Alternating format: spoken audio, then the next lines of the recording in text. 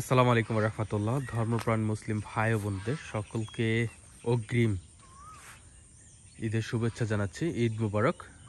আশা করি আমরা যারা কুরবানি দিচ্ছে তারা অবশ্যই তাদের কুরবানি যেন আল্লাহর দরবারে কবুল হয়, এবং যারা কুরবানি দিচ্ছে না তারা যেন কুরবানির যেই অধিকারের যে মাংসটা, সলিড ভাগটা, সেটা যেন আমরা অবশ্যই ভোগ করতে পারি।